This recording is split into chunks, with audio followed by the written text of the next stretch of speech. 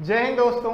आज से हम लोग क्लास 11th के फिजिक्स का सेकंड चैप्टर स्टार्ट कर रहे हैं जिसका नाम है यूनिट्स एंड मेजरमेंट। और आज हम लोग इस क्लास में ये सीखने वाले हैं कि फिजिकल क्वांटिटीज़ क्या होती हैं, इन्हें कितने पार्ट्स में ब्रेक किया गया है, फिर ये बात करेंगे कि मेजरमेंट क्या होता है, हमें इसकी ज़रूरत क्यों है, और लास्ट में यूनिट्स पे भी बात करने वाले हैं कि यूनिट्स क्या होती हैं, इनकी क्या क्या प्रॉपर्टीज़ होनी चाहिए, और लास्ट में थोड़ा सा ये भी बात करेंगे कि सिस्टम ऑफ मेजरमेंट क्या होते हैं। तो चलिए आज की क्लास स्टार्ट करते हैं और सबसे पहले ये सीखते हैं कि फिजिकल क्वांटिटीज़ क्या होती हैं। हेडिंग लगाइए फिजिकल क्वांटिटीज़।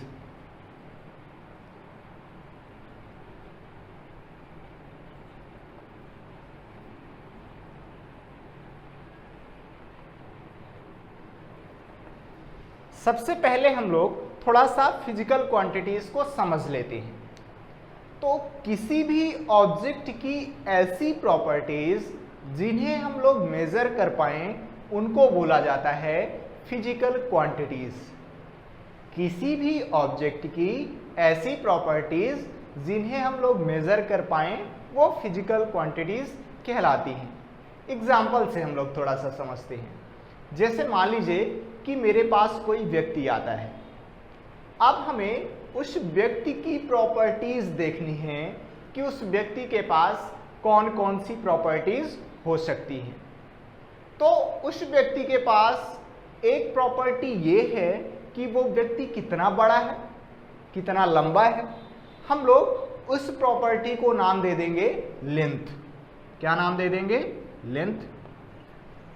उसी तरह उस व्यक्ति के पास और भी प्रॉपर्टी है। जैसे वो व्यक्ति अगर कहीं पे बैठ रहा है तो नीचे की ओर प्रेशर लगाएगा, अगर किसी कुर्सी में बैठ रहा है तो नीचे की ओर तो प्रेशर लगाएगा। मतलब उसके पास एक अलग तरीके की प्रॉपर्टी है। हम लोग उस प्रॉपर्टी को नाम दे देंगे कि उसके पास मास है। उसी तरह वो व्यक्ति कितना खुश है, ये भी उसकी प्रॉपर्टी है। मतलब उसके पास क्या है? एक नई प्रॉपर्टी, हैप्पीनेस है।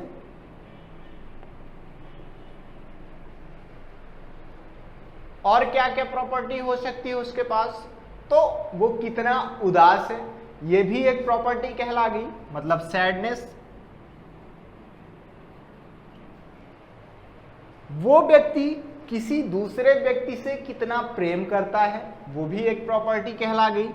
इसको हम लोग बोल सकते हैं लव। उस व्यक्ति के पास हमने ये प्रॉपर्टीज देखी।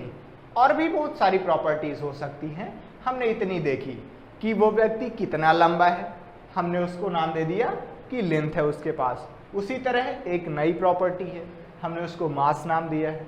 और हैप्पीनेस प्रॉपर्टी है उसके पास, सैडनेस है और लव है। अब आप इन प्रॉपर्टीज को ध्यान से देखिए तो आप ये पाएंगे कि हम लोग लेंथ को मेजर कर सकते हैं, हम लोग मास को मेजर कर सकते हैं। कुल मिला के इन दोनों प्रॉपर्टीज को हम लोग मेजर कर पाएंगे। लेकिन अगर आप इन तीनों प्रॉपर्टीज की बात करें तो हम लोग इनको मेजर नहीं कर पाएंगे। ऐसे थोड़ी ना बोला जा सकता है कि वो व्यक्ति 3 खुश है या फिर 5 खुश है। जैसे हम लोग लेंथ को बता पा रहे हैं कि उस व्यक्ति की हाइट 2 मीटर है, 3 मीटर है। उसी तरह मास को बता सकते हैं कि 50 केजी है उसका मास या फिर 100 केजी है। लेकिन हम लोग हैप्पीनेस को नहीं बता सकते हैं कि वो व्यक्ति कितना खुश है, 5 खुश है कि 10 खुश है। और ऐसा आपने कभी सुना भी नहीं होगा। उसी तरह हम लोग उदासी को नहीं बता सकते हैं कि वो व्यक्ति कितना उदास है, कितना सैड है ना। ऐसे नहीं बोला जा सकता कि 10 सैड है वो या फिर 15 सैड है। तो किसी भी व्यक्ति की ये ऐसी प्रॉपर्टीज हैं जिन्हें हम लोग मेजर कर सकते हैं, और ये ऐसी प्रॉपर्टीज हैं जिन्हें हम लोग मेजर नहीं कर सकते हैं। और फिजिकल क्वांटिटीज की डेफिनेशन क्या है? किसी भी ऑब्जेक्ट की ऐसी प्रॉपर्टीज जिन्हें मेजर किया जा सके उन्हें बोलते हैं फिजिकल क्वांटिटीज। तो हम लोग किसी भी व्यक्ति की ये प्रॉपर्टीज मेजर कर पा रहे हैं, तो इन्हीं को हम लोग नाम दे देंगे फिजिकल क्वांटिटीज। और भी बहुत सारी हैं, जैसे अब वो व्यक्ति अगर दौड़ना स्टार्ट कर दे तो उसके पास एक नई प्रॉपर्टी आ जाएगी, उसको हम लोग नाम दे देंगे स्पीड, कि वो व्यक्ति किस स्पीड से दौड़ रहा है। और हम लोग उसकी स्पीड भी बता सकते हैं कि 3 मीटर पर सेकंड से दौड़ रहा है या फिर 4 मीटर पर सेकंड से दौड़ रहा है, तो स्पीड भी फिजिकल क्वांटिटी में आ जाएगी। लेकिन हम लोग उस व्यक्ति की इन प्रॉपर्टीज को फिजिकल क्वांटिटीज नहीं बोलेंगे, क्योंकि हम लोग उन्हें मेजर नहीं कर पा रहे हैं। अब हम लोग थोड़ा सा डेफिनेशन लिख लें और फिर एग्जाम्पल भी लिख ले रहे हैं। तो फिजिकल क्वांटिटीज में क्या लिख लेंगे हम लोग? The properties of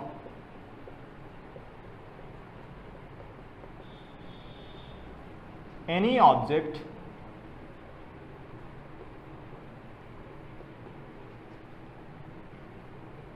which can be measured, which can be measured,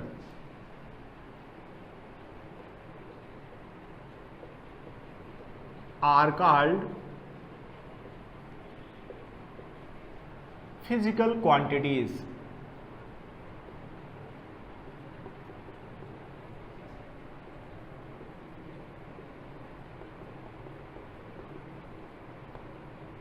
example में भी हम लोग लिख लें कि फिजिकल क्वांटिटीज कौन कौन सी कहला जाएंगी। तो हम लोग लेंथ को माप सकते हैं, तो लेंथ फिजिकल क्वांटिटी कहला जाएगी। और मास को बताया जा सकता है। और क्या आ जाएगा? टाइम को हम लोग मेज़र कर पाते हैं। और वॉल्यूम, बहुत सारी हो जाएंगी फिजिकल क्वांटिटीज। एरिया और स्पीड हो गया मेरा, ये हो गई हमारी फिजिकल क्वांटिटीज। लेकिन हमने अभी इन प्रॉपर्टीज को देखा था, इन्हें मेजर नहीं कर पा रहे हैं। जैसे हमने लिख लिया एक ठो सैडनेस और लव लिख लिया, ये हमारी फिजिकल क्वांटिटीज नहीं कहलाएंगी। आपको कोई भी ऑब्जेक्ट उठाना है और उसमें ये देखना है कि कौन कौन सी प्रॉपर्टी हम लोग मेजर कर पाते हैं, और उन्हीं को हम लोग नाम दे देंगे फिजिकल क्वांटिटी। जैसे हम लोग लेंथ मेजर कर पाते हैं कि लेंथ कितनी है, इस बोर्ड का हम लोग एरिया मेजर कर पाएंगे, तो एरिया भी हमारी फिजिकल क्वांटिटी में कहला जाएगी। उसी तरह अगर मैं दौड़ने लगूं तो मेरी स्पीड आ जाएगी। अभी भी स्पीड है, अभी कितनी है? 0 है। जब हम लोग दौड़ना स्टार्ट कर देंगे तो वहां पे फिर कुछ ना कुछ मान आ जाएगा, कुछ ना कुछ वैल्यू रहेगी। तो हम लोग ऐसा बता सकते हैं कि स्पीड को मेजर कर पा रहे हैं, तो स्पीड भी फिजिकल क्वांटिटी में आ जाएगी। तो इस तरीके से हम लोग फिजिकल क्वांटिटी को समझ सकते हैं। अब अगर आप ध्यान से देखें तो आप ये पाएंगे कि कुछ फिजिकल क्वांटिटीज ऐसी हैं जो पूरी तरीके से इंडिपेंडेंट होती हैं। जैसे लेंथ, अगर हमें लेंथ बताना है तो हमें उस व्यक्ति के मास से कोई लेना देना नहीं है, हमें टाइम से कोई लेना देना नहीं है। चाहे हम उस व्यक्ति की लेंथ सुबह के 5 बजे मापे या फिर रात को 8 बजे मापे, उस व्यक्ति की लेंथ फिक्स रहने वाली है। ऐसा नहीं है कि आप टाइम को चेंज कर देंगे तो उस व्यक्ति की लेंथ चेंज हो जाएगी, नहीं। मतलब लेंथ एक इंडिपेंडेंट प्रॉपर्टी है उस व्यक्ति की। तो ये जो लेंथ फिजिकल क्वांटिटी है ये अपने आप में इंडिपेंडेंट है। उसी तरह अगर मैं उस व्यक्ति का मास देखूं, मास अगर देखा जाए तो वो भी इंडिपेंडेंट है। मास का लेंथ से कोई लेना देना नहीं है और ना ही टाइम से लेना देना है। लेकिन अगर आप यहाँ पे स्पीड को देखें तो स्पीड इक्वल टू क्या होता है? स्पीड इक्वल टू होता है डिस्टेंस अपॉन टाइम। आप लोग 9th क्लास से पढ़ते हुए आ रहे हैं, डिस्टेंस अपॉन टाइम होता है। अब देखिए, अगर आपको स्पीड बताना है तो आपको डिस्टेंस चाहिए। डिस्टेंस का मतलब क्या हुआ? लेंथ। यहाँ पे हम लोग लेंथ लिख सकते हैं, डिस्टेंस की जगह लेंथ लिखा जा सकता है, और ये हो जाएगा टाइम।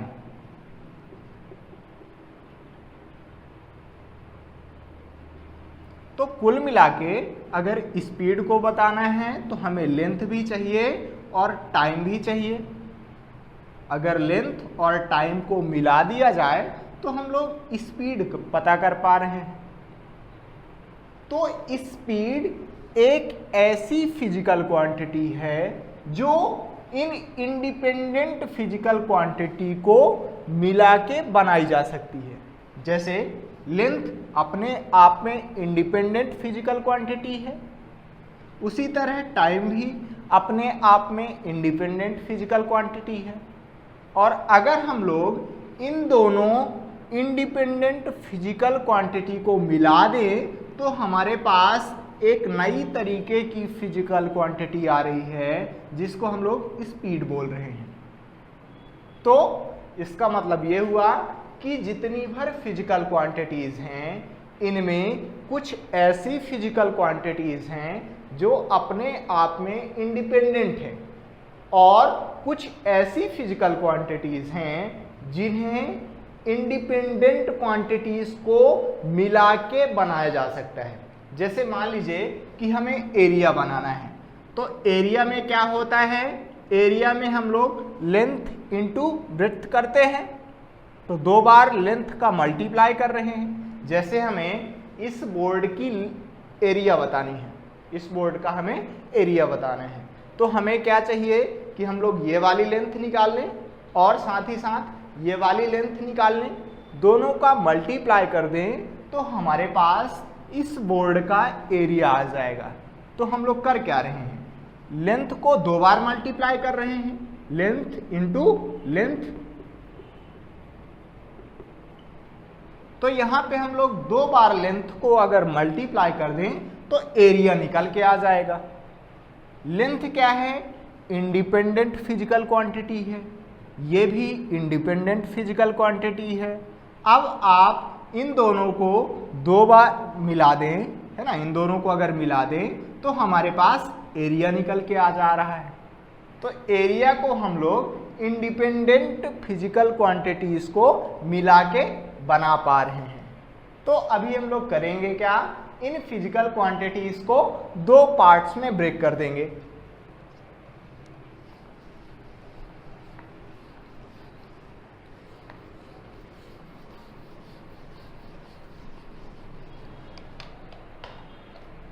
फिजिकल क्वांटिटीज को हम लोग करेंगे क्या? 2 पार्ट्स में ब्रेक कर देंगे।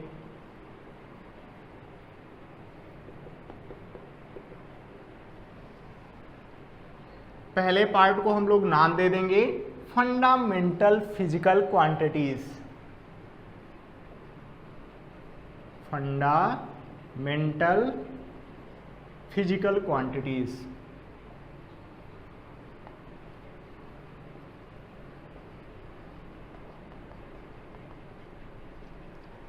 इसी को हम लोग बोलते हैं बेस क्वांटिटीज। कई बार आपको बुक में लिखा मिलेगा बेस फिजिकल क्वांटिटीज। और दूसरे टाइप को हम लोग बोलते हैं डिराइव्ड फिजिकल क्वांटिटीज, या फिर शॉर्टकट में हम लोग लिख रहे हैं डिराइव्ड क्वांटिटीज।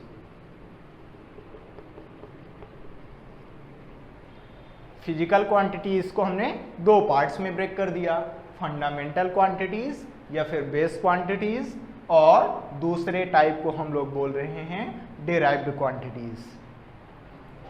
ऐसी फिजिकल क्वांटिटीज जो पूरी तरीके से इंडिपेंडेंट हो, जिन्हें बताने के लिए किसी दूसरी फिजिकल क्वांटिटी का सहारा ना लेना पड़े, तो हम लोग उन क्वांटिटीज को बोलते हैं फंडामेंटल क्वांटिटीज। इनका टोटल नंबर 7 है। ये कितने हैं? टोटल 7 है। हम लोग धीरे धीरे इन पे बात करने वाले हैं। हम लोग लिख लेते हैं थोड़ा सा कौन कौन सी फंडामेंटल क्वांटिटीज हैं हमारे पास। तो लेंथ और मास, टाइम इलेक्ट्रिक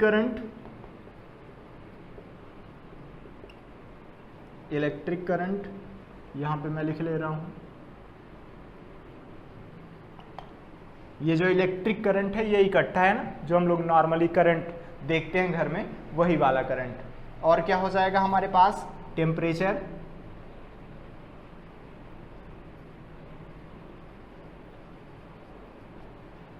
और क्या आ जाएगा हमारे पास, अमाउंट ऑफ सब्सटेंस,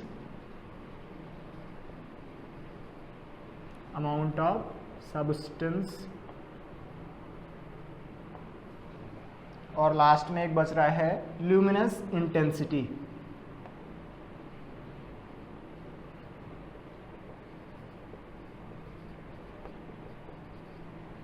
ये प्रकाश की तीव्रता बताता है, मतलब चमक को बताता है कि किसी भी बल्ब से कितना प्रकाश निकल रहा है, कितना इंटेंस है वहां पे।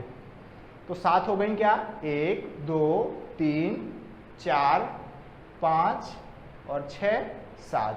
Length, mass, time, electric current, temperature, amount of substance और ल्यूमिनस इंटेंसिटी।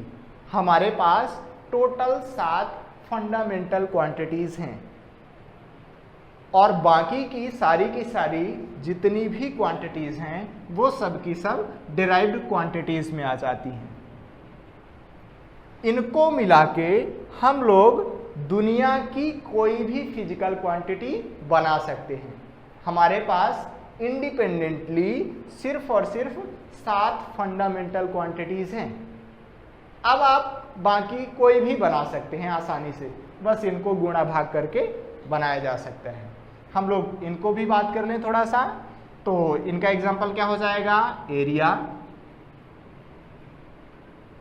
एरिया बनाना है तो आपको करना क्या है, 2 बार लेंथ का मल्टीप्लाई करना है, एरिया निकल के आ जाएगा। अच्छा, आपके माइंड में एक क्वेश्चन उठ सकता है कि यहाँ पे हम लोग लेंथ ही बस तो ले रहे हैं, लेंथ के अलावा कोई नहीं ले रहे। अगर हमें एरिया बनाना है तो आप लोग ये बोल सकते हैं कि यहाँ पे लेंथ बस तो हम लोग ले रहे हैं, लेंथ इंटू लेंथ ही कर रहे हैं।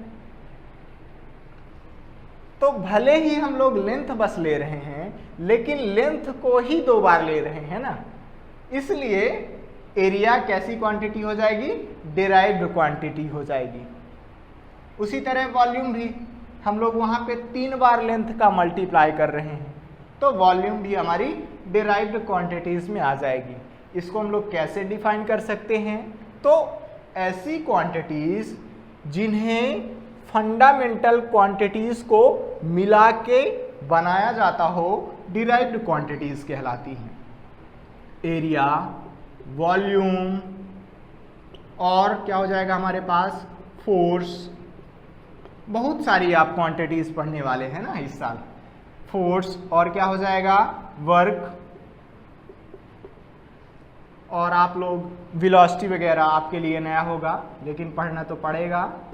वेलोसिटी है, डिस्प्लेसमेंट है। अच्छा, डिस्प्लेसमेंट तो हम लोग, डिस्प्लेसमेंट हालांकि लेंथ ही होती है, उस पर हम लोग आगे चर्चा करेंगे धीरे धीरे। अभी हम लोग क्या लिख सकते हैं, इतना काफ़ी है आपके लिए, है ना। एरिया हो गया, वॉल्यूम, फोर्स, वर्क, वेलोसिटी, और भी बहुत सारी क्वांटिटीज़ आती जाएंगी। कुछ क्वांटिटीज़ आपके लिए नई हो सकती हैं, जैसे वेलोसिटी है, अभी एक्सीलरेशन में लिखने वाला था लेकिन नहीं लिखा, कोई नहीं। तो अभी तक हमने ये सीखा कि फिजिकल क्वांटिटीज़ क्या हैं। तो ऐसी क्वांटिटीज़ या फिर ऐसी प्रॉपर्टीज़ जिन्हें हम लोग मेज़र कर पाएंगे, फिजिकल क्वांटिटीज़ कहलाती हैं। अब फिजिकल क्वांटिटीज़ 2 टाइप की होती हैं। कुछ प्रॉपर्टीज़ ऐसी होती हैं जो इंडिपेंडेंट होती हैं, तो हम लोग उन प्रॉपर्टीज़ को बोल रहे हैं फंडामेंटल क्वांटिटीज़। और किसी भी ऑब्जेक्ट की कुछ प्रॉपर्टीज़ ऐसी होती हैं जिन्हें हम लोग इन प्रॉपर्टीज़ को मिला के बना सकते हैं, तो उनको बोला जाता है डिराइव्ड क्वांटिटीज़। ये बहुत सारी हैं, अनलिमिटेड है ये, इनका कुछ पता रहता नहीं है, डेली 2-4 मिलती रहती हैं, हम लोग काउंट ही नहीं कर सकते हैं, बहुत सारी है हमारे पास। तो इसको नोट कीजिए। अब हम लोग बात करेंगे मेजरमेंट की। इसको पहले आप नोट कीजिए।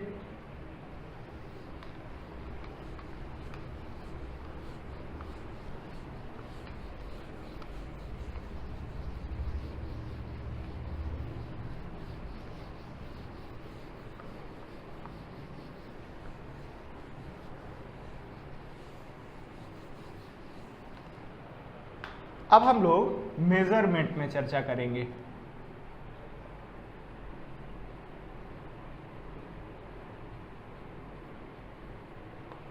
तो अभी तक हमने फिजिकल क्वांटिटीज के बारे में सीख लिया है कि जैसे हमारे पास कोई व्यक्ति आया तो हमने देखा कि वो व्यक्ति कितना बड़ा है, हमने उस प्रॉपर्टी को नाम दे दिया लेंथ।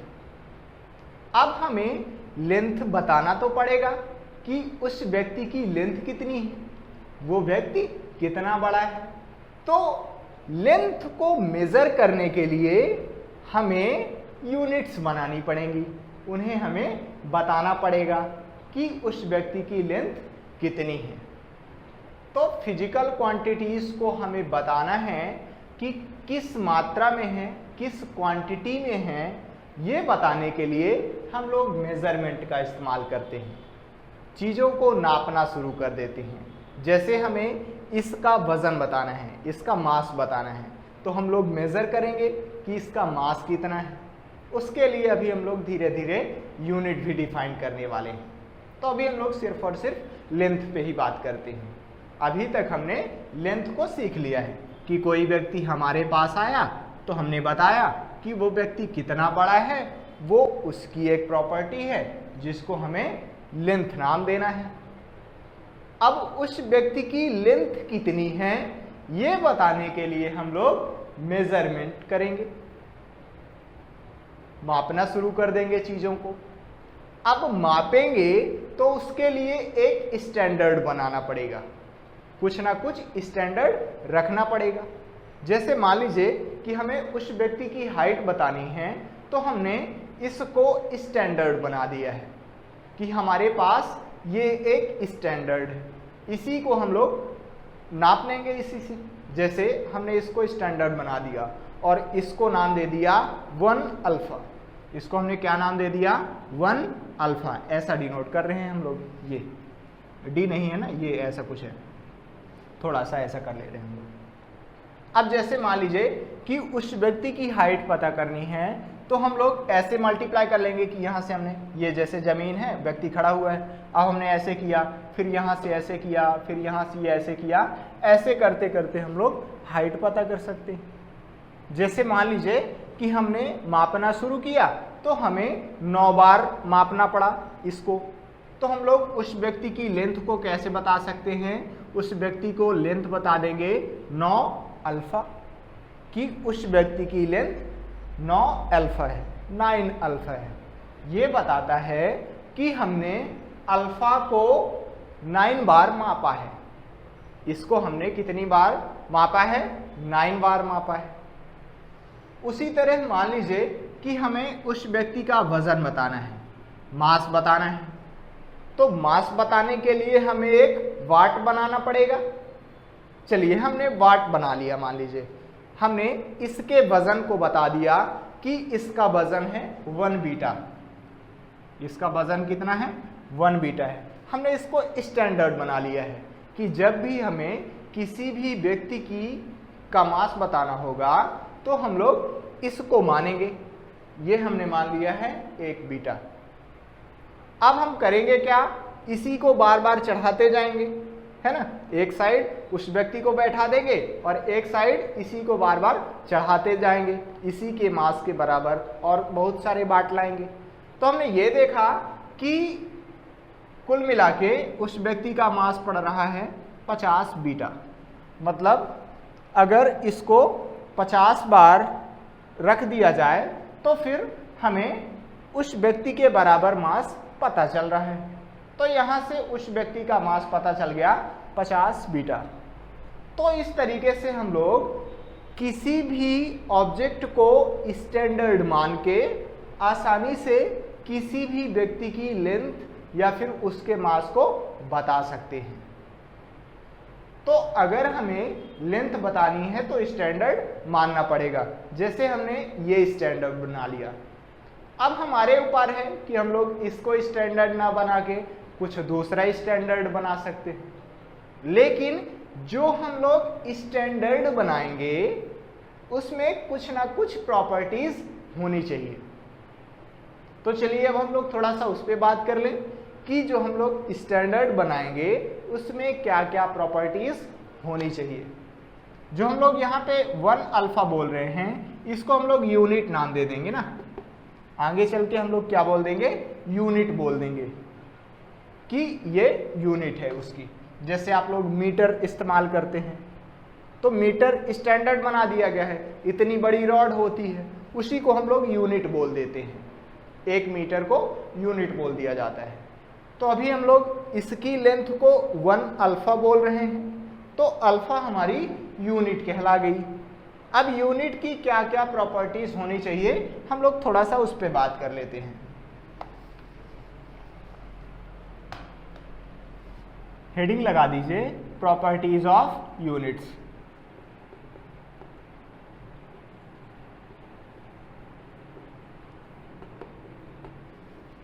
तो पहली प्रॉपर्टी तो ये हो जाएगी कि हम लोग जो लेंथ को स्टैंडर्ड मानेंगे वो लेंथ सुइटेबल साइज की होनी चाहिए, प्रैक्टिकल साइज की होनी चाहिए। जैसे मान लीजिए कि मैं इसको स्टैंडर्ड ना बना के कोई बड़ी सी छड़ लेके उसको स्टैंडर्ड बना देता, एक ट्रक के बराबर छड़ ले लेता और उसको स्टैंडर्ड बना देता, हम लोग आसानी से कर सकते हैं। लेकिन उस ट्रक के बराबर लंबाई की छड़ को हम लोग स्टैंडर्ड नहीं बनाएंगे। क्यों स्टैंडर्ड नहीं बनाएंगे? क्योंकि उससे अगर हम लोग फिर हाइट वगैरह मापने लगें तो फिर दिक्कत होगी। उस छड़ को यहाँ से वहाँ ले जाने में भी दिक्कत होगी, एक जगह से दूसरी जगह लेके जाना है तो इसीलिए हम लोग ऐसी लेंथ बनाएंगे, उसको स्टैंडर्ड बनाएंगे जो प्रैक्टिकल साइज का होना चाहिए। जैसे हमने इसको बना लिया है, अब ये प्रैक्टिकल साइज का है, इसको हम लोग 10 बार मल्टीप्लाई कर देंगे, 10 बार माप देंगे तो पता चल जाएगा कि उस व्यक्ति की लेंथ कितनी है। तो पहली प्रॉपर्टी क्या होनी चाहिए कि प्रैक्टिकल साइज की होनी चाहिए।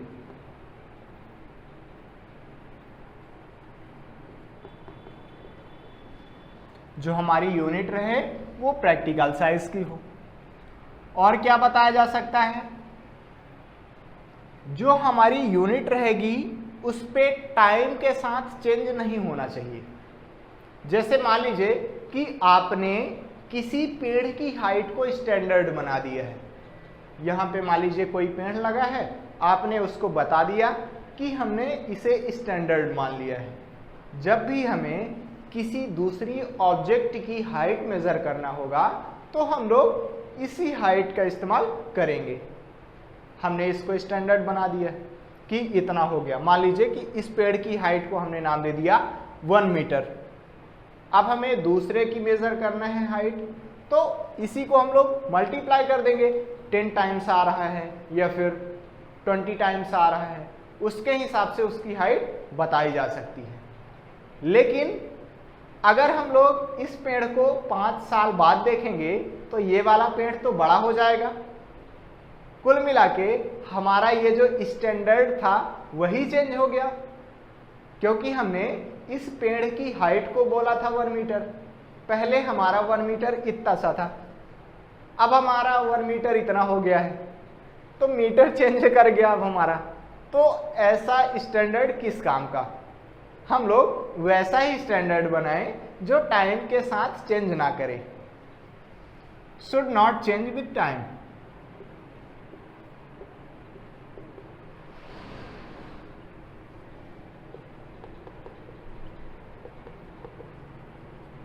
नहीं तो अगर पेड़ की हाइट बता दिए, इसको स्टैंडर्ड बना लिए, तो मान लीजिए कि अभी हमने किसी खंभे की हाइट मापा है 10 मीटर है।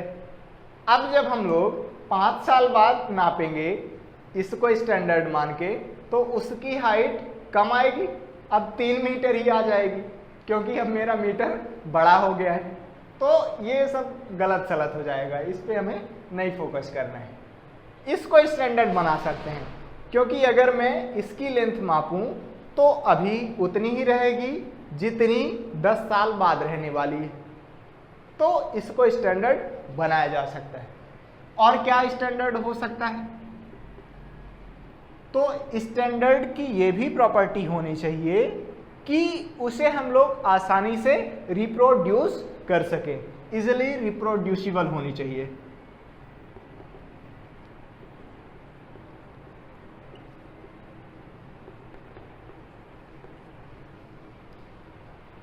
ऐसा क्यों होना चाहिए? तो देखिए, जैसे मान लीजिए कि हमने यहाँ पे कैसे भी जुगाड़ करके इसको बना लिया, इसको स्टैंडर्ड बोल दिया है, इसको हमने नाम दे दिया 1 अल्फा कि इसकी लेंथ है 1 अल्फा। अब हमें दूसरी जगह भी पहुंचाना पड़ेगा, मार्केट में भी चलाना पड़ेगा कि इसको स्टैंडर्ड मान के तुम लोग अपना काम चलाओ। अगर किसी को कपड़ा देना है तो इसी को स्टैंडर्ड मान के चलाओ। तो फिर एक स्टैंडर्ड से काम नहीं चलने वाला है, हमें इसके डुप्लीकेट बनाने पड़ेंगे बहुत सारे। तो डुप्लीकेट आसानी से बनाए जा सकें ऐसा स्टैंडर्ड हमें चुनना चाहिए। मान लीजिए कि अभी हमने इसको तो बना लिया, अब अगर इसका डुप्लीकेट नहीं बना पा रहे हैं तो फिर मार्केट में कैसे देंगे कि इसकी लेंथ को 1 अल्फा मान लो और इसी हिसाब से काम चलाओ, तो फिर दिक्कत हो जाएगी अगर नहीं बना पा रहे हैं। इसीलिए ऐसा स्टैंडर्ड बनाएं जो आसानी से इजीली रिप्रोड्यूसिबल हो। साथ ही साथ हम लोग ऐसा भी स्टैंडर्ड बनाएं जिसका टेम्परेचर वगैरह पे या फिर प्रेशर पे कोई भी इफेक्ट ना पड़े। Should not change under physical condition.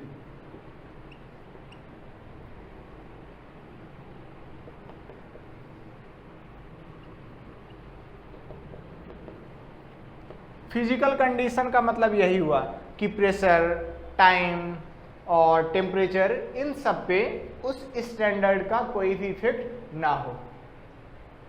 अगर ऐसा नहीं हुआ तो क्या होगा, तो वो सुनिए। जैसे मान लीजिए कि हमने इसको स्टैंडर्ड बना लिया, इसको हमने नाम दे दिया 1 अल्फा।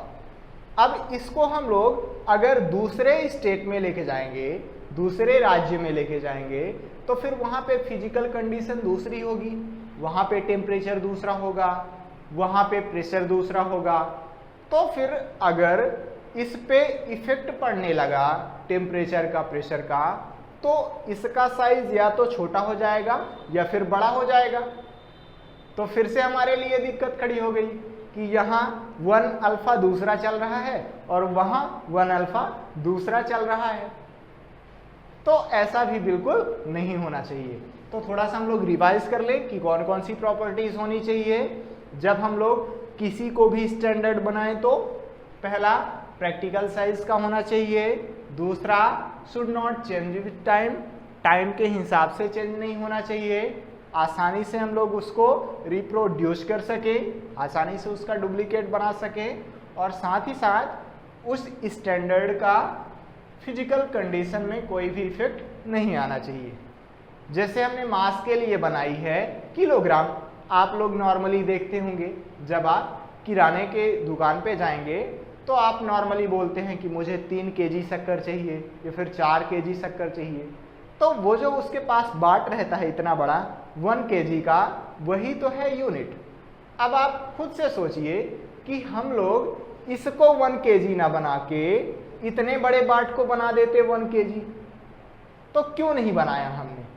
वो इसलिए नहीं बनाया क्योंकि इसको यहाँ वहाँ ले जाने में दिक्कत होती। और साथ ही साथ हम लोग ये भी ध्यान में रख के स्टैंडर्ड बनाते हैं कि हमें रोजाना जीवन में किस टाइप का सामान लेना है। हम लोग नॉर्मली रोजाना जीवन में क्या खरीदते हैं? सब्जियां वगैरह खरीदते हैं या फिर किराना का सामान खरीदते हैं। तो हमने उसी के हिसाब से स्टैंडर्ड बनाया है कि हमने 1 किलो इतना बोल दिया। अब अगर आपको सब्जी लेना है तो आप या तो 3 किलो सब्जी लेंगे या फिर 4 किलो सब्जी लेंगे, तो आसानी से बन जाएगा। लेकिन अगर हम लोग इतना बड़ा बाट बना देते तो इसमें आपको बोलना पड़ता कि 1/6 किलो सब्जी चाहिए मेरे को, है ना, या फिर आधा किलो सब्जी चाहिए। तो एक तो यहाँ वहाँ ले जाने में दिक्कत, ऊपर से और भी बहुत सारी समस्याएं, इसका डुप्लीकेट भी बनाना दिक्कत, है ना। तो इसलिए हम लोग इतना बड़ा बाट नहीं बनाए हैं। उसी तरह मीटर पे भी हम लोग थोड़ा सा बात कर लेते हैं। मीटर के लिए हमने इतनी बड़ी छड़ बनाई है, इतनी बड़ी ना बना के हम लोग एक ट्रक के बराबर बना सकते थे। ट्रक छोड़िए, एक ट्रेन के बराबर बना सकते थे, रेलगाड़ी है हमारे पास, उसके बराबर क्यों नहीं बनाए हैं? फिर से वही दिक्कत हो जाती कि अगर उसके बराबर बना देते तो दुकानदार रख ही नहीं पाता अपने घर पे, है ना, अपनी दुकान पे कहाँ रख पाता, उतनी बड़ी थोड़ी उसकी दुकान होती है, तो रखने में दिक्कत हो जाती, एक जगह से दूसरी जगह भी नहीं ले जा पाते। इसलिए हम लोगों ने स्टैंडर्ड को इतना बड़ा किया है, ये कहला गया 1 मीटर। तो स्टैंडर्ड की ये कुछ प्रॉपर्टीज होती हैं। फिजिकल क्वांटिटीज आप समझ गए, फिजिकल क्वांटिटीज को कितने पार्ट्स में ब्रेक किया गया है वो समझ गए। फिर फिजिकल क्वांटिटीज को अगर मेजर करना है तो फिर मेजरमेंट की ज़रूरत पड़ती है, हमें बताना है, उसकी क्वांटिटी बतानी है। तो अब मेजरमेंट हमने स्टार्ट किया, तो मेजरमेंट जब स्टार्ट करेंगे तो कुछ ना कुछ स्टैंडर्ड रखना पड़ेगा। अब स्टैंडर्ड को हम लोग यूनिट बोल रहे हैं। जैसे हम लोग लेंथ को मेजर करने के लिए मीटर बनाते हैं, तो वो जो मीटर होता है वो स्टैंडर्ड कहला गया। अब इसी को हम लोग यूनिट नाम दे देते हैं। अब इस यूनिट की क्या क्या प्रॉपर्टीज होती हैं, ये जो हम लोग मीटर बना रहे हैं इसकी क्या क्या प्रॉपर्टीज होनी चाहिए, तो हमने प्रॉपर्टीज पे भी बात कर ली है। अब हम लोग थोड़ा सा यूनिट के टाइप पे भी बात कर लेते हैं कि यूनिट्स कितने टाइप की होती हैं।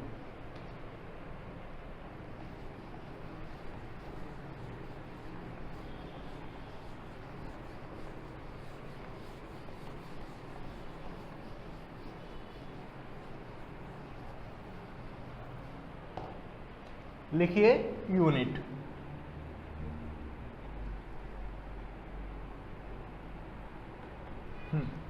तो यूनिट हम लोग क्यों बनाए हैं? क्योंकि हमें फिजिकल क्वांटिटी को बताना है। जैसे अगर लेंथ को बताना है तो हमने मीटर बना लिया, मास को बताना है तो किलोग्राम बना लिया।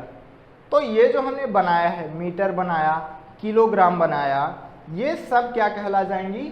यूनिट कहला जाएंगी। तो यूनिट के हम लोग 2 पार्ट्स कर देते हैं। पहला पार्ट किया जाता है फंडामेंटल यूनिट्स। अभी धीरे धीरे समझ में आ जाएगा कि फंडामेंटल क्यों। फंडामेंटल यूनिट्स, या फिर इन्हीं को हम लोग बोल सकते हैं बेस यूनिट्स। क्या बोल सकते हैं? Base unit. फिर यूनिट की दूसरी टाइप कहला जाएगी डिराइव्ड यूनिट्स।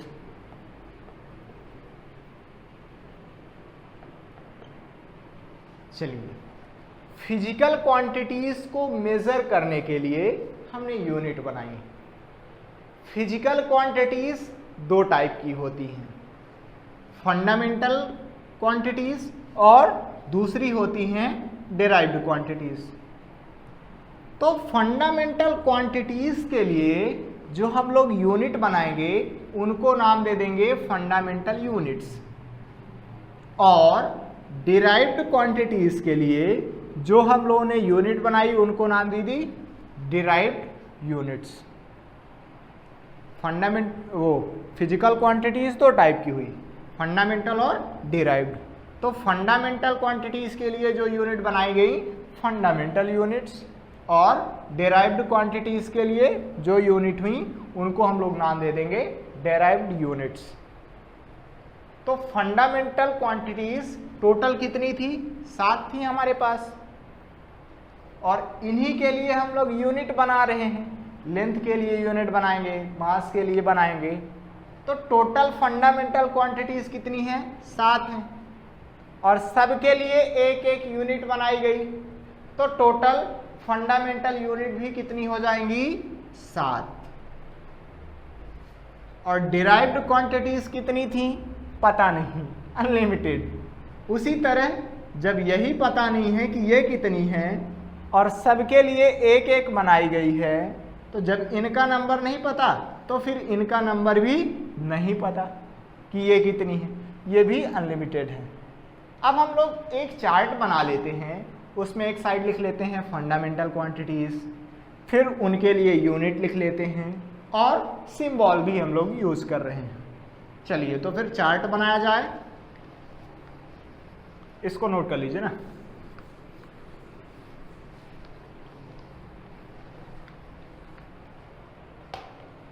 एक चार्ट बना लेते हैं हम लोग। यहां पे लिख लेते हैं फंडामेंटल क्वांटिटीज।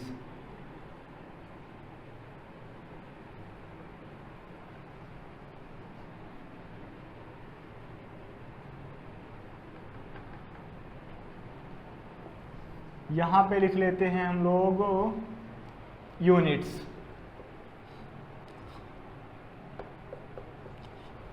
और यहां पे लिख लेते हैं हम लोग symbols. Fundamental quantities, unit, symbol. चलिए, पहली फंडामेंटल क्वांटिटी हो जाएगी, हम लोग कहां से शुरुआत करेंगे? लेंथ से। आगे पीछे लिख सकते हैं ना आप लोग कहीं भी। लेंथ के लिए हम लोगों ने क्या यूनिट बनाई है? तो हम लोग मीटर लिखने वाले। अच्छा, आप लोग ये भी बोल सकते हैं कि लेंथ को तो हम लोग बहुत सारी यूनिट से मापते हैं। कई बार हम लोग बताते हैं फुट में कि इस कमरे की लंबाई 3 फुट है, 5 फुट है। उसी तरह लेंथ को हम लोग सेंटीमीटर में भी बताते हैं कि इसकी लंबाई 70 सेंटीमीटर है या फिर 80 सेंटीमीटर है। तो लेंथ को मेजर करने के लिए बहुत सारी यूनिट हैं। किलोमीटर है, मीटर है, और भी हम लोग बहुत सारी पढ़ने वाले हैं, जैसे एंगस्ट्रॉम हो गया, एस्ट्रोनॉमिकल यूनिट हो गई, लाइट ईयर हो गई, तो बहुत सारी हैं। अभी हम लोग एसआई सिस्टम पे बात कर रहे हैं। एसआई सिस्टम पे इन क्वांटिटीज को मेजर करने के लिए जो यूनिट बनाई गई हैं उनको बस हम लोग लिख रहे हैं। एसआई सिस्टम अभी हम लोग थोड़ी देर में बात करने वाले हैं कि क्या होता है। तो अभी जितनी बार हम लोग क्वांटिटीज लिखेंगे उनका यूनिट एसआई सिस्टम पे लिखने वाले हैं। लेंथ को हम लोग एसआई सिस्टम में मीटर से मेजर करते हैं और इसके लिए सिंबल होता है एम, स्मॉल एम। जैसे हमें इस बोर्ड की लेंथ बतानी है कि इस बोर्ड की लेंथ कितनी है, तो हम लोग नॉर्मली लिखेंगे कि इस बोर्ड की लेंथ है 9 मीटर। स्मॉल एम लिखना है, 9 मीटर। अच्छा, यहाँ से हम लोग थोड़ा सा ये भी देख लेते हैं कि अगर हमें किसी भी फिजिकल क्वांटिटी को लिखना है तो 2 चीज़ें चाहिए, एक नंबर और दूसरा यूनिट। नंबर और यूनिट को मल्टीप्लाई कर दिया जाए तो फिजिकल क्वांटिटी निकल के आ जाती है। तो फिजिकल क्वांटिटी अगर बताना है तो क्या चाहिए आपको? कोई भी नंबर चाहिए। एन क्या डिनोट कर रहा है? नंबर को डिनोट कर रहा है। और साथ ही साथ आपको एक यूनिट चाहिए। यू क्या बता रहा है यहाँ पे? यू बता रहा है हमें यूनिट के बारे में। तो ये हो गया किसी भी फिजिकल क्वांटिटी को डिनोट करने का तरीका। नंबर और यूनिट चाहिए होता है।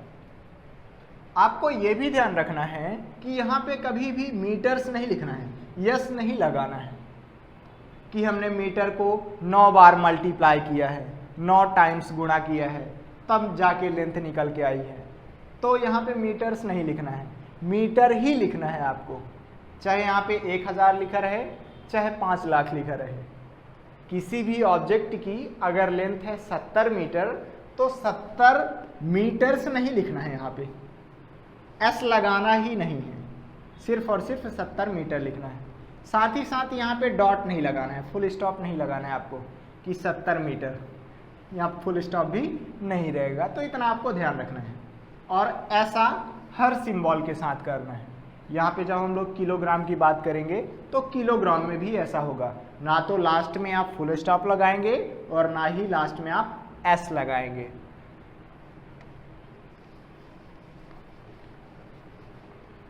दूसरी फंडामेंटल क्वांटिटी की हम लोग बात करें तो दूसरी फंडामेंटल क्वांटिटी है हमारे पास मास।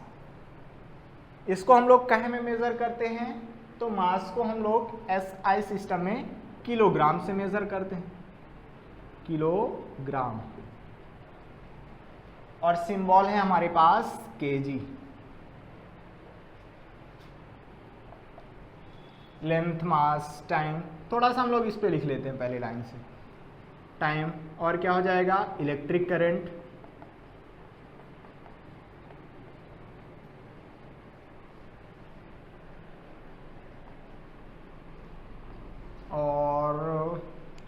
जाएगा यहाँ पे टेम्परेचर,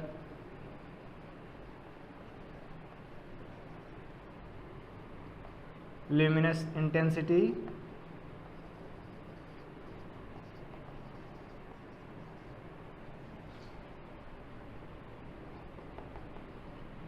थोड़ा सा इधर साइड आ गया ना, एडजस्ट कर लीजिएगा आप लाइन को।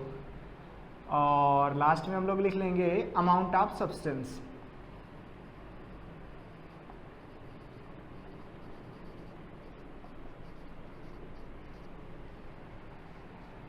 मास को हमने किलोग्राम से मेजर किया और उसका सिंबल है केजी। टाइम को हम लोग सेकंड से मेजर करते हैं एसआई सिस्टम में, बाकी सेकंड को भी हम लोग आर में मेजर करते हैं, घंटे में, और मिनट में मेजर करते हैं, लेकिन सेकंड में अभी हम लोग लिखेंगे। और इसका सिंबल है स्मॉल एस। इलेक्ट्रिक करंट का यूनिट होता है एम्पियर, एम्पियर, और इसके लिए सिंबल है कैपिटल ए। कैपिटल इसलिए क्योंकि इलेक्ट्रिक करंट के लिए जो सिंबल बनाया गया है वो साइंटिस्ट के नाम पे बनाया गया है। एम्पियर के नाम के साइंटिस्ट थे, साइंटिस्ट का नाम क्या था? एम्पियर था, इसीलिए हम लोगों ने यहाँ पे कैपिटल ए लिखा है। बाकी हर जगह आपको स्मॉल मिलेगा, स्मॉल एम, स्मॉल के जी, स्मॉल एस, यहाँ पे कैपिटल का यही रीज़न है। उसी तरह हम लोग टेम्परेचर को केल्विन में मेज़र करते हैं,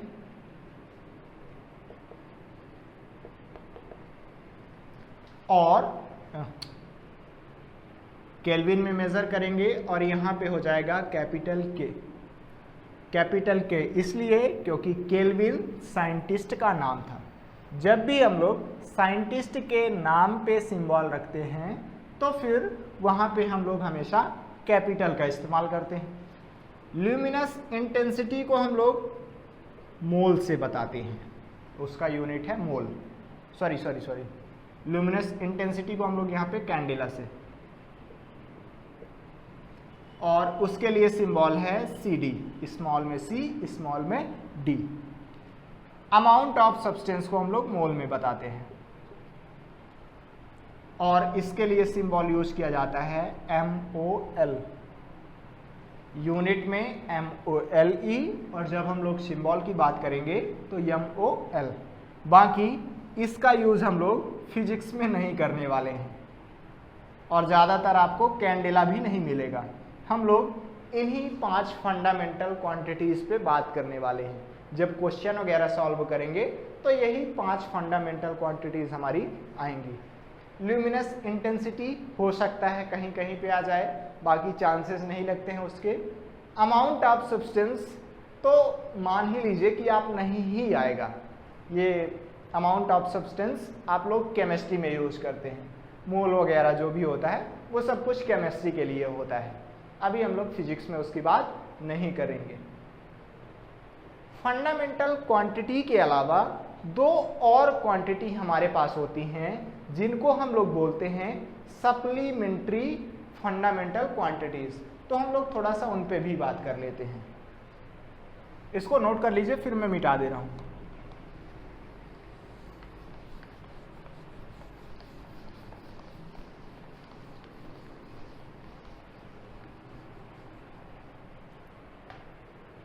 फंडामेंटल क्वांटिटीज के साथ 2 और होती हैं हमारे पास क्वांटिटीज जिनको बोला जाता है सप्लीमेंट्री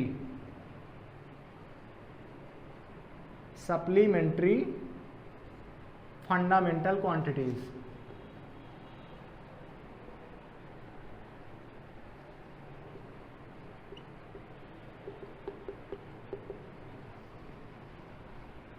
इन पे बात कर लें थोड़ा सा। तो पहली हमारे पास सप्लीमेंट्री फंडामेंटल क्वांटिटी होती है एंगल, जिसको हम लोग कई बार प्लेन एंगल भी बोलते हैं। प्लेन एंगल या फिर एंगल बस बोल दिया जाता है। इसके लिए यूनिट होता है रेडियन। अभी आप लोग डिग्री में मेजर करते आए हैं, 10th तक आपने डिग्री में मेजर किया है, किसी भी एंगल को डिग्री में मेजर किया करते थे, लेकिन अभी हम लोग रेडियन में मेजर करेंगे क्योंकि एसआई सिस्टम पे बात कर रहे हैं। और इसके लिए जो सिंबल होता है वो होता है RAD। फिर दूसरी सप्लीमेंट्री फंडामेंटल क्वांटिटी होती है जिसको हम लोग बोलते हैं सॉलिड एंगल।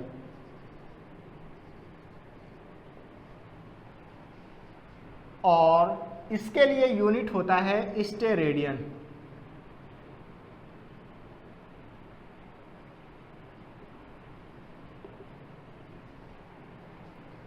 इसके लिए सिंबल होता है SR।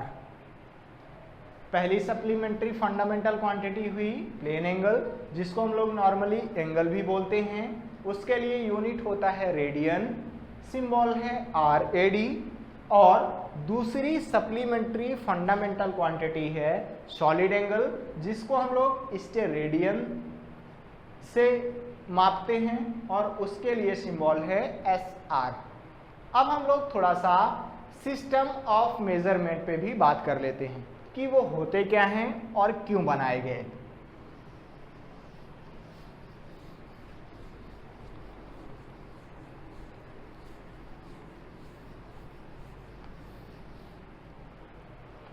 हेडिंग डालिए सिस्टम ऑफ मेजरमेंट्स।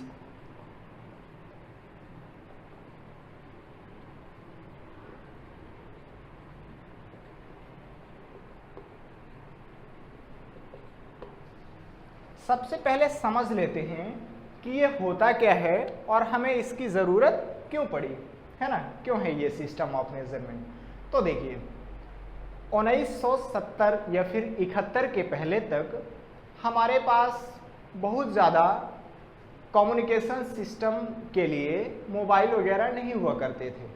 हम लोग एक देश से दूसरे देश में बहुत कम व्यापार किया करते थे क्योंकि वहाँ पे कम्युनिकेशन सिस्टम इतना ज़्यादा स्ट्रांग नहीं था।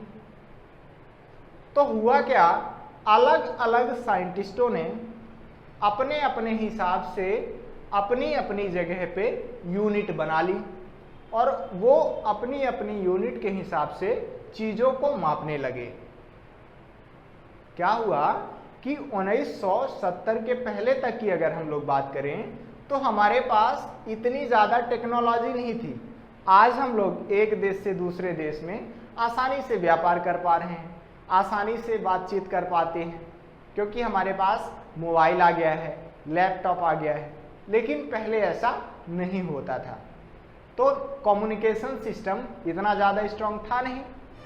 तो अलग अलग देश के साइंटिस्टों ने अपने अपने हिसाब से चीज़ों को मापना शुरू कर दिया।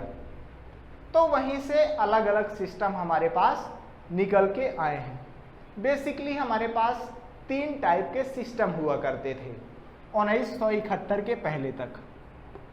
इसके पहले तक हमारे पास 3 टाइप के सिस्टम हुआ करते थे। एक सिस्टम था CGS सिस्टम, दूसरा था FPS और तीसरा था MKS सिस्टम। ये जो CGS और MKS था ये फ्रांस वाले अक्सर यूज करते थे, फ्रांसीसियों के द्वारा बनाया गया ये सिस्टम था। CGS और MKS दोनों कहाँ के थे, फ्रांस के सिस्टम थे। और ये जो FPS है ये ब्रिटिश सिस्टम हुआ करता था। ब्रिटिश वाले अक्सर जो अंग्रेज लोग हुआ करते थे वो इसी सिस्टम का इस्तेमाल करते थे। ये सिस्टम है क्या और क्या बताता है, तो होता क्या था कि 1971 के पहले हमारे पास जो 7 फंडामेंटल क्वांटिटीज़ हैं वो नहीं हुआ करती थी। पहले हम लोग नॉर्मली 3 क्वांटिटीज़ को ही मापा करते थे। वो क्या थी, लेंथ, मास, टाइम। इन्हीं तीनों क्वांटिटीज को हम लोग मापा करते थे। तो इन्हीं के हिसाब से हमने सिस्टम को बताया है। CGS सिस्टम में होता क्या था, इसका पूरा नाम देख लें पहले। तो CGS सिस्टम का पूरा नाम है centimetre gram second. CGS system का क्या हो जाएगा पूरा नाम? सेंटीमीटर ग्राम और सेकंड। मतलब लेंथ को सेंटीमीटर में मापते हैं, वजन को या फिर मास को ग्राम में मापते हैं और टाइम को सेकंड में मापते हैं। इसका पूरा नाम हम लोग देख लें तो इसका पूरा नाम क्या हो जाएगा? Foot pound second. Foot pound और सेकंड। लेंथ को फुट में मापना है, मास को पाउंड में मापना है और टाइम को सेकंड में मापना है। उसी तरह एमकेएस में क्या होता था कि एमकेएस सिस्टम का पूरा नाम है मीटर किलोग्राम सेकंड। तो इस सिस्टम में लेंथ को मीटर में मापते हैं, मास को किलोग्राम में मापते हैं और टाइम को सेकंड में मापते हैं। 1971 के पहले बहुत सारे सिस्टम चला करते थे। ये जो दोनों सिस्टम हैं ये फ्रांस के हैं। एफपीएस सिस्टम ब्रिटिश का है। सीजीएस का पूरा नाम हो जाता है सेंटीमीटर ग्राम सेकंड। मतलब इसमें लेंथ को ये लोग सेंटीमीटर में मापते थे, वजन को या फिर मास को ग्राम में मापते थे और टाइम को सेकंड में मापते थे। इसलिए हमने सीजीएस सिस्टम इनको बोल दिया। यहाँ पे देखें तो एक ऐसा सिस्टम चला करता था जिसमें लेंथ को मीटर में मापते थे, मास को किलोग्राम में मापते थे और टाइम को सेकंड में मापते थे। इसलिए हमने इसको बता दिया एमकेएस सिस्टम। उसी तरह ब्रिटिश वाले करते क्या थे? लेंथ को फुट में मापते थे वो लोग, मास को पाउंड में और टाइम को सेकंड में। तो हमने इस सिस्टम को बोल दिया एफपीएस सिस्टम। और ज़्यादातर जहाँ जहाँ अंग्रेजों ने शासन किया है वहाँ वहाँ एफपीएस ही सिस्टम चलता है। जैसे हम लोग के यहाँ भी अंग्रेजों ने शासन किया था तो हम लोग के यहाँ भी ब्रिटिश सिस्टम ही चला करता था। 1971 के पहले तक हम लोग एफपीएस सिस्टम ही यूज़ करते थे। अब धीरे धीरे हमने बंद कर दिया है और नॉर्मली नहीं यूज़ करते हैं। जैसे हम लोग पाउंड बहुत कम यूज़ करते हैं। केक वगैरह हालांकि कई जगहों पे पाउंड में ही मिलता है, लेकिन हम लोग पाउंड का यूज़ नहीं करते हैं। अब सेकंड यूज़ करते हैं और फुट यूज़ करते हैं। तो धीरे धीरे एफपीएस ख़त्म हो गया है। लेकिन देखिए 1971 के पहले तक तो ये हुआ कि सीजीएस फ्रांस वाले सीजीएस में माप रहे हैं चीज़ों को, उसी तरह एमकेएस में माप रहे हैं, लेकिन ब्रिटिश वाले एफपीएस सिस्टम का इस्तेमाल कर रहे हैं। धीरे धीरे जब कम्युनिकेशन सिस्टम स्ट्रांग हुआ तो हम लोग एक देश से दूसरे देश में व्यापार करना स्टार्ट कर दिए। जैसे हमें ये पता हुआ करता था, हम लोग लेंथ को फुट में मापते थे और मास को पाउंड में, टाइम को सेकंड में। अब जैसे मान लीजिए कि हमें मास तो पाउंड में पता है, अब हमें फ्रांस वालों से सामान लेना है, टमाटर खरीदने हैं उनसे, तो हम लोग तो पाउंड में जान रहे हैं। हम लोग उनसे ये बोलेंगे कि हमें 5 पाउंड टमाटर चाहिए। अब वो लोग कौन सा सिस्टम यूज़ कर रहे हैं? वो लोग ग्राम में चीज़ों को मापते हैं, मास को वो लोग ग्राम में बताते हैं। तो उनको ग्राम पता है और हमें पाउंड पता है। तो बड़ी दिक्कत होने लगी यहाँ पे, क्योंकि हमें ग्राम नहीं पता और उन्हें पाउंड नहीं पता। तो फिर कैसे लेन देन हो हम लोग का? तो फिर हुआ क्या, हर देश के साइंटिस्ट एक मीटिंग में आए, है ना, जितने भर साइंटिस्ट थे अलग अलग देशों के, वो सब लोग इकट्ठा हुए और उन्होंने मीटिंग लगाई और तब जाके वहाँ से एक अलग सिस्टम बनाया गया जिसको हम लोग नाम दे देते हैं एसआई सिस्टम। इसका फुल नेम है इंटरनेशनल सिस्टम। शॉर्टकट में हम लोग एसआई सिस्टम बोलते हैं। इस सिस्टम में एमकेएस को ही ला दिया गया है। थोड़ी बहुत चेंजेस हैं, उसको हम लोग नेक्स्ट वीडियो में बात करने वाले हैं कि एसआई सिस्टम में क्या क्या एडवांटेजेस हैं और क्या क्या बदलाव कर दिया गया है MKS में, तो SI सिस्टम बन गया है। अभी हम लोग बात करें तो SI सिस्टम में हम लोग लेंथ को मीटर में ही मापेंगे और मास को किलोग्राम में मापेंगे और टाइम को सेकंड में ही मापेंगे। तो देखिए MKS से मिलता जुलता ही है, लेकिन कुछ चेंजेस हैं, इसको हम लोग नेक्स्ट वीडियो में बात करने वाले हैं। तो इस तरीके से हमारे पास 4 टाइप के सिस्टम हो गए हैं। जब हमें एक देश से दूसरे देश में व्यापार करना होता है तो हम लोग SI सिस्टम का ही यूज करते हैं।